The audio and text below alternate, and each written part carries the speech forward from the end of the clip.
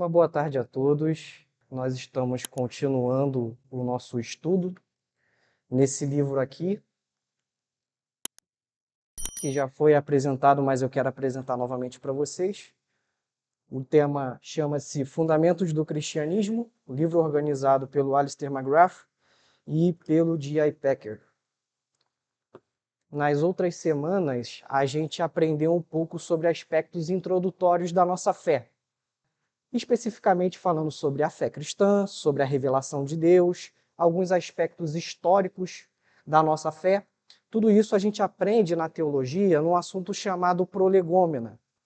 E hoje a gente vai começar uma nova fase. Essa fase, especificamente, trata do ser de Deus. Nós começaremos a abordar a doutrina de Deus. E para o tema de hoje, nós temos a seguinte proposta para a abordagem. Seria um questionamento que diz basicamente o seguinte: o que nós entendemos por Deus e pela sua mente, ok? A título de introdução, nós precisamos entender a respeito de Deus que no âmago da nossa fé está a crença monoteísta, isto é, que Deus é um único Deus. Isso pode parecer um pouco comum para nós hoje, porque nós já somos uma nação ocidental e politeísta que conhece muito bem o Deus cristão. Entretanto, esse tipo de afirmação acerca de Deus, que Deus é um único Deus, não foi sempre ao longo da história afirmada por outras nações. E assim era no tempo do povo de Israel. Quando Deus se revela a Moisés para apresentar a epopeia maravilhosa da libertação do povo de Israel do Egito, uma das coisas que a gente acaba por identificar lá é que Deus se revela de uma maneira um pouco diferente dos demais deuses que haviam ao redor da sua população. Isto é, quando o povo estava no Egito, eles tinham um certo contato com divindades que criavam as coisas por meio de batalhas, por meio de reprodução. Então, todo o universo era uma espécie de ato criado por deuses que mais se pareciam com seres humanos. Porque isso foi o que o ser humano fez ao longo de toda a história da realidade que nós vivemos. Ele fez guerras e se procriou. Então, quando Deus se revela a Moisés e também a Abraão, ele faz de uma forma distinta. Ele se coloca como aquele Deus que cria todas as coisas pelo poder da sua palavra. Quando nós olhamos para o ser de Deus e o Deus que nós conhecemos como Deus cristão, nós estamos falando de uma divindade que cria todas as coisas pela sua palavra. E nisso nós já temos uma grande diferença quando comparado a estas outras divindades. Corroborando esse entendimento, eu trouxe uma citação de um autor chamado Tim Chester, que não vai estar aqui hoje no slide, por conta de problemas técnicos, mas o Tim Chester diz algo mais ou menos assim: a história da criação em Gênesis 1 foi escrita como polêmica contra o politeísmo. As histórias da criação das nações que cercavam Israel envolviam uma multiplicidade de deuses, frequentemente brigando uns contra os outros. Porém, em Gênesis, Deus é um único agente. Somente ele está no princípio e só ele cria mediante a sua palavra. Só Deus deverá ser adorado, porque só ele é soberano criador. Então a gente começa a perceber muito bem como vai se montando esse entendimento acerca de Deus. E o ápice dessa compreensão para o povo de Israel, a gente encontra lá em Deuteronômio, capítulo 6, verso 4. Naquele dizer que é conhecido como o Shema. A gente pode ler, mas basicamente o texto diz assim: escute, ó Israel, o Senhor, nosso Deus, é o único Deus. Essa é a afirmação que o povo de Israel sempre fez acerca da singularidade do Deus de Israel. Prosseguindo, nós temos que esse Deus ele tem um nome. E quando nós falamos acerca do nome de Deus, muitos nomes podem ser apresentados na Escritura. a gente vê, por exemplo, nomes como El Shaddai, Adonai, El Elyon, né? Nomes que os nossos irmãos pentecostais costumam bastante recitar. O primeiro deles e mais importante é aquele que nós encontramos lá no livro de Êxodo, Êxodo capítulo 3. Naquela passagem, Deus vai se revelar a Moisés e ele se revela como o Eu Sou. Eu queria ler essa passagem com vocês. Por gentileza, vocês podem abrir em Êxodo capítulo 3, versos 14 e 15? Êxodo capítulo 3, verso 14 e 15 diz assim: E disse Deus a Moisés: Eu sou o que sou. Disse mais: Assim dirá aos filhos de Israel: Eu sou, me enviou a vós. E Deus disse mais a Moisés: Assim dirá aos filhos de Israel: O Senhor Deus de vossos pais, o Deus de Abraão, o Deus de Isaque e o Deus de Jacó, me enviou a vós. Este é o meu nome eternamente, e este é meu memorial de geração em geração. Vocês devem perceber que no verso 15, o primeiro Senhor que aparece no versículo, ele está todo grafado em letras maiúsculas, ok? Perceberam isso no texto? Quando nós temos isso na nossa Bíblia, é a afirmação a respeito desse tetragrama aqui. Essas 4 letrinhas foram a primeira afirmação do nosso Deus para se revelar enquanto um nome pessoal. E à medida que ele se revela, ele diz que ele é Iavé. É provavelmente essa seja a pronúncia, talvez a proposta mais provável a respeito da pronúncia desse termo, mas fato é que a pronúncia do nome que compõe essas 4 letras acabou por se perder ao longo da época, porque os judeus eles tinham muito temor em pronunciar esse nome, uma vez que eles não gostavam e entendiam ser pecado de fato pronunciar o nome de Deus em vão. Por conta disso, há uma prática que passou a ser adotada e que toda vez que o nome Yahvé aparecia no texto bíblico, eles escreviam por Adonai. Adonai que significa meu Senhor. Por isso nós traduzimos essa passagem com o Senhor em letras maiúsculas. Toda vez que vocês identificarem isso no texto, provavelmente está se colocando ali o Senhor em letras maiúsculas como uma alternativa ao nome de Yahvé. Esse nome que ao longo do tempo passou por diversas, digamos, propostas de atualização, até que veio a se tornar o que muita gente diz hoje como Jeová, ou no nosso português, Jeová, né? Esse termo ele não é um termo tão correto, muito por conta quando esse tetragrama era colocado, YHWH, os judeus costumavam escrever embaixo as vogais de Adonai. E aí virou algo como Iaová, até se chegar ao Jeová. Mas esse é um entendimento incorreto acerca do nome de Deus.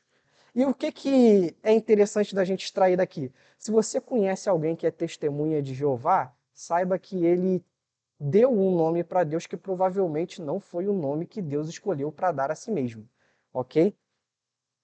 Mas muito mais importante do que a nomenclatura é o significado desse nome. O que significa de fato Jeová, Iehova, ou melhor, Iavé? O que significa este nome? Quando Deus se revela a Moisés, nós percebemos que parte do que ele diz, ele fala como sendo: Este é o Senhor, o eu sou o que sou. Não é isso que a gente encontra na passagem? Quando nós afirmamos que Iavé é o eu sou o que sou, boa parte dos teólogos entendem que esta afirmação diz respeito à imutabilidade do ser de Deus. Mas não somente a imutabilidade do ser de Deus.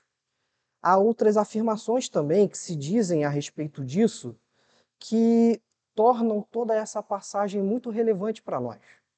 Quando nós pensamos no termo nome, nós devemos ter à nossa mente que todo nome é uma marca da sua identidade. Normalmente nós colocamos o nome nos nossos filhos como sendo algo que a gente acha bonito, ou algo que tenha algum significado para a gente.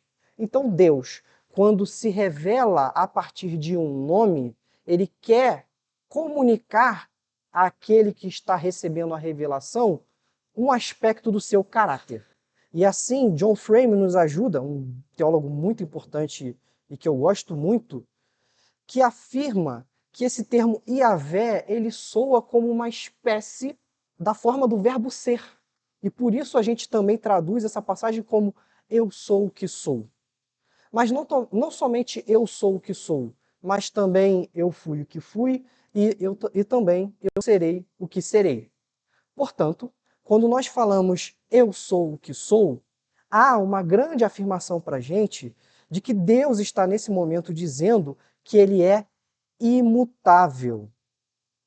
E não somente isso, que ele é em contrapartida da inexistência das outras divindades que estão ao redor do povo de Israel.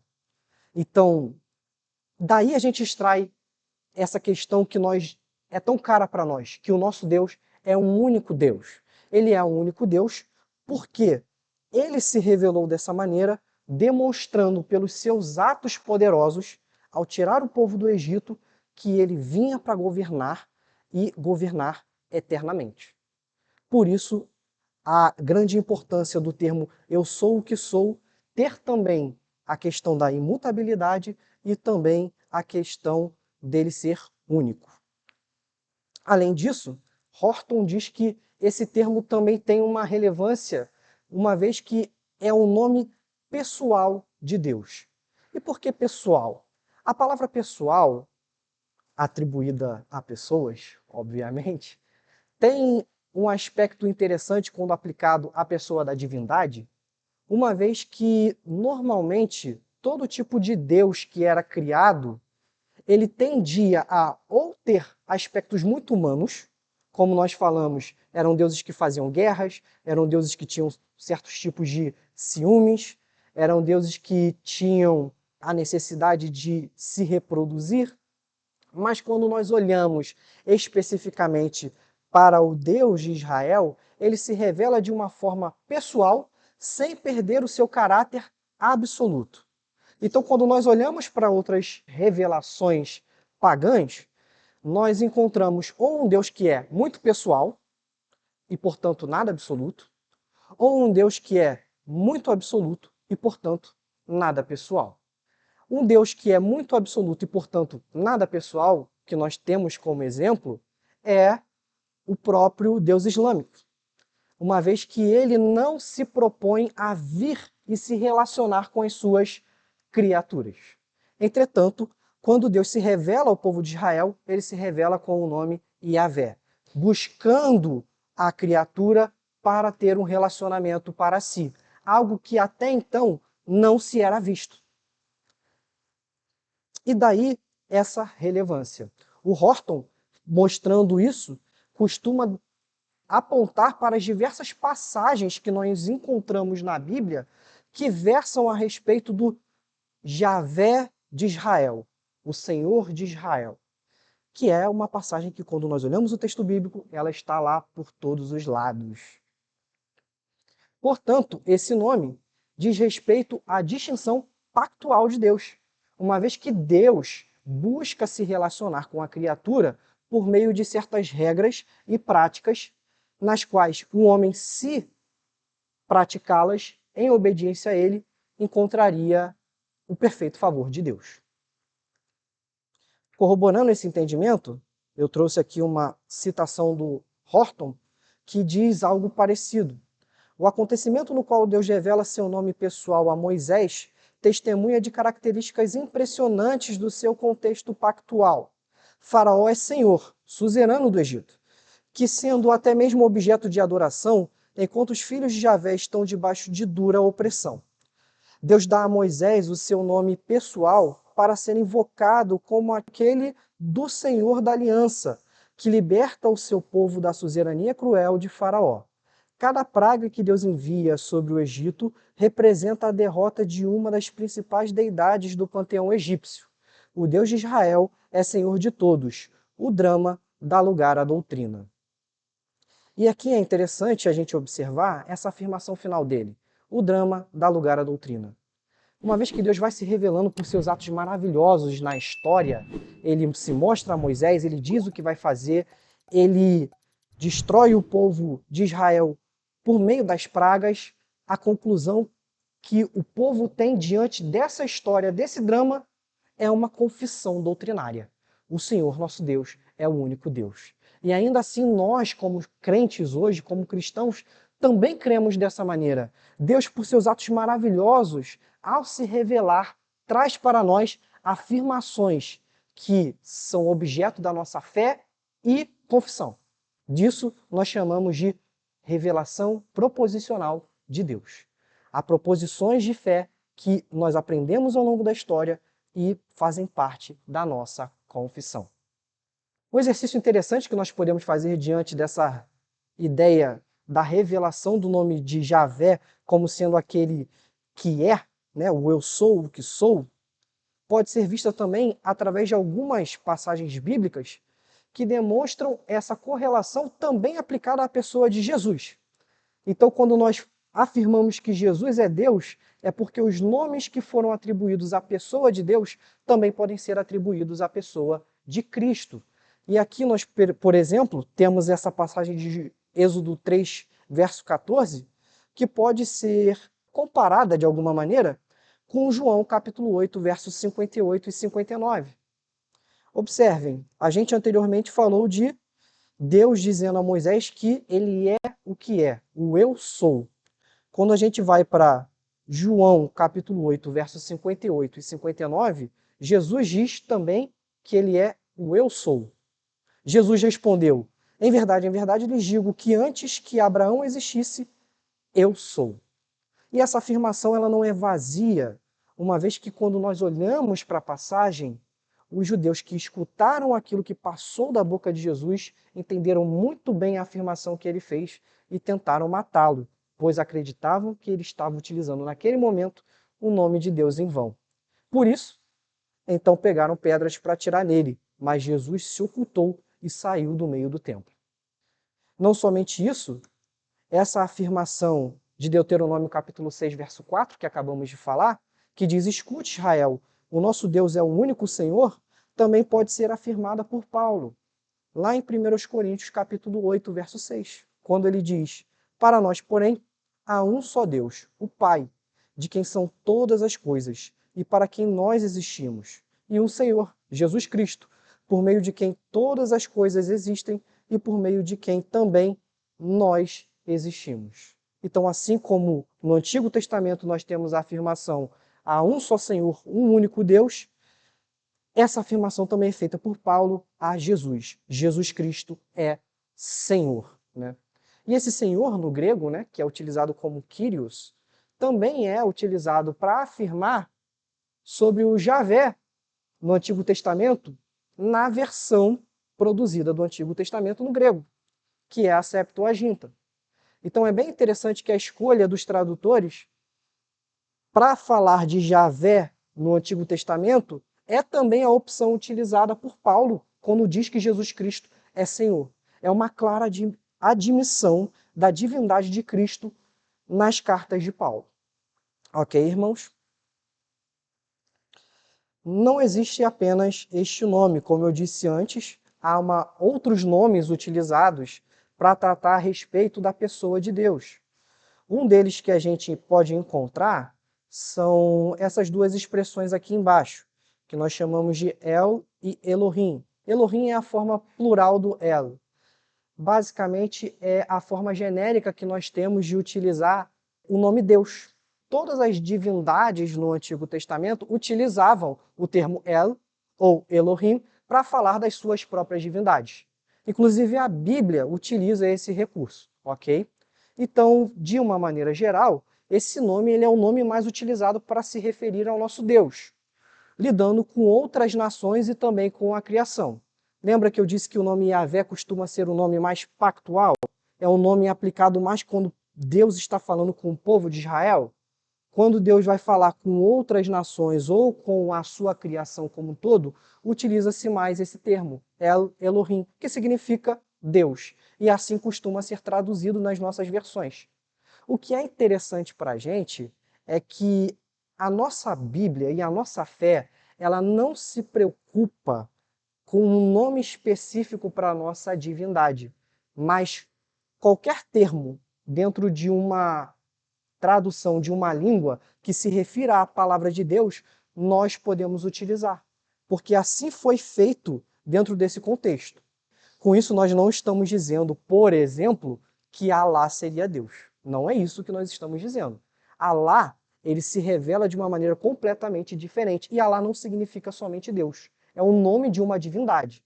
À medida que a palavra Deus, do português, ou God, do inglês, é de fato uma palavra genérica para falar acerca de Deus, e que no Novo Testamento, quando os próprios apóstolos escreveram as suas cartas e os evangelhos, eles não tiveram uma preocupação em afirmar um termo próprio para aquela nação que eles estavam pregando. Eles utilizavam exclusivamente o nome Deus, ok? Além desse nome, nós temos também o nome Adonai, tá? E por Adonai, a gente quer dizer algo como meu senhor e meu dono. É normalmente a tradução que é colocada pelos judeus ao escrever o nome Yahvé. Mas, basicamente, ela demonstra o direito de propriedade que Deus tem sobre a sua criação. Bom, Deus tem um nome. Isso nós temos bem claro. Mas também ele tem uma mente. Esse seria o segundo aspecto que eu gostaria de trazer hoje para nós pensarmos um pouco. E por essa mente, nós devemos afirmar que Deus é aquele que tem uma mente que cria e sustenta todas as coisas. Quando nós olhamos para as passagens que se referem ao pensamento de Deus, nós não estamos preocupados sobre tentar entender a forma que Deus pensa. Muito pelo contrário, isso está completamente distante da nossa capacidade de compreender e da própria revelação de Deus. Mas quando nós dizemos que Deus tem uma mente e falamos a respeito da mente de Deus, costumamos a ter uma certa preocupação com o conteúdo que é apresentado nos pensamentos de Deus. E qual seria o conteúdo do pensamento dele? Esse conteúdo ele pode ser exprimido de duas formas. A primeira deles é através da sua vontade. É muito comum a gente falar em vontade de Deus como um sinônimo para os pensamentos de Deus. E a outra forma seria a fala de Deus. Por vontade de Deus, nós devemos atribuir que essa vontade é soberana, uma vez que ninguém pode colocar uma vontade acima da vontade dele.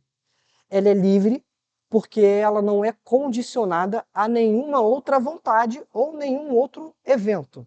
E ela é perfeita porque toda a vontade dele jamais produz algo pecaminoso ou imperfeito. Quando nós pensamos a respeito da fala de Deus como um elemento que aponta para a forma que Deus tem de pensar, aí nós temos outras três características. Uma delas seria que a fala de Deus é lógica, uma vez que, por lógica, nós queremos afirmar que há validade nos argumentos de tudo aquilo que Deus apresenta. Toda vez que Deus fala, toda vez que Deus comunica, ele comunica-se de uma maneira lógica, capaz de cada um de nós entendermos. Essa lógica, por ser muito bem estruturada, ela é verdadeira. E daí nós concluímos que Deus não mente. E, por fim, ela é pactual. Pactual, pois, à medida que Deus fala, ele busca sempre se comunicar de uma maneira que envolva relacionamento com as suas criaturas. Quando Deus, por exemplo, vem até Abraão, ele chama Abraão a andar com ele chama Abraão a sair da sua terra, lhe promete algo e, por meio dessa relação, ele cria um elemento de aliança, que é a própria circuncisão. Quando nós casamos, há algo semelhante. É um pacto feito por meio de palavras entre homem e mulher, e nós também temos um instrumento que apresenta essa aliança. Então, à medida que Deus se revela, pensa com a sua mente poderosa e fala, ele está sempre fazendo isso em termos pactuais. Essa seria a terceira observação a respeito da fala de Deus no contexto do pensamento de Deus. O que é que nós poderíamos concluir, então, diante dessas afirmações? A principal conclusão que a gente tem de algo que tem um nome e que pensa é que nós estamos falando de uma pessoa. Então, a principal distinção que nós devemos fazer a respeito de Deus é que Deus é uma pessoa. Uma pessoa, não um ser humano, obviamente, num primeiro momento, mas que depois venha a ser encarnado. Mas ele é uma pessoa não como nós, porque nós somos falhos e pecadores, mas é uma pessoa perfeita que está acima de todas as coisas. Isso não significa que nós estamos dizendo que somente em Cristo Deus é uma pessoa. Muito pelo contrário. Mas o Pai e o Espírito também são pessoais, uma vez que tem a sua personalidade, compreensão e mente, e também nome. Então, o que nós podemos dizer a respeito dessa pessoalidade de Deus? É uma pessoalidade que possui uma identidade, uma vez que o nome e a sua capacidade de pensar conferem uma identidade específica para cada um de nós. Né? Nós podemos ter até nomes iguais, mas nomes e pensar da mesma forma exatamente é impossível. É isso que confere a identidade de cada um aqui. Deus tem um nome exclusivo e uma identidade exclusiva, uma forma de pensar exclusiva, que faz ele completamente diferente de tudo. E embora ele seja completamente diferente de tudo, ele se relaciona. Então é uma identidade pactual. E também ele faz isso por meio da fala. Uma fala que é viva, cria todas as coisas, e por meio dessa criação e dessa fala, ele se revela. Essa fala é nada mais, nada menos do que as Escrituras. Então nós temos também uma fala pactual. Para concluir, então, nós podemos afirmar que o Senhor da Aliança cria um povo do nada, por meio da sua palavra e forma, regulamenta e define a vida pactual daquele povo pelo seu cânon. Então, o instrumento pessoal de Deus de se comunicar e de se identificar ocorre por meio da própria palavra de Deus. Quando nós dizemos que Deus ele é pactual, ele faz isso por meio da sua escritura, porque nela nós encontramos todo o objeto de revelação e relacionamento de Deus com as suas criaturas. Amém? Alguém tem alguma pergunta?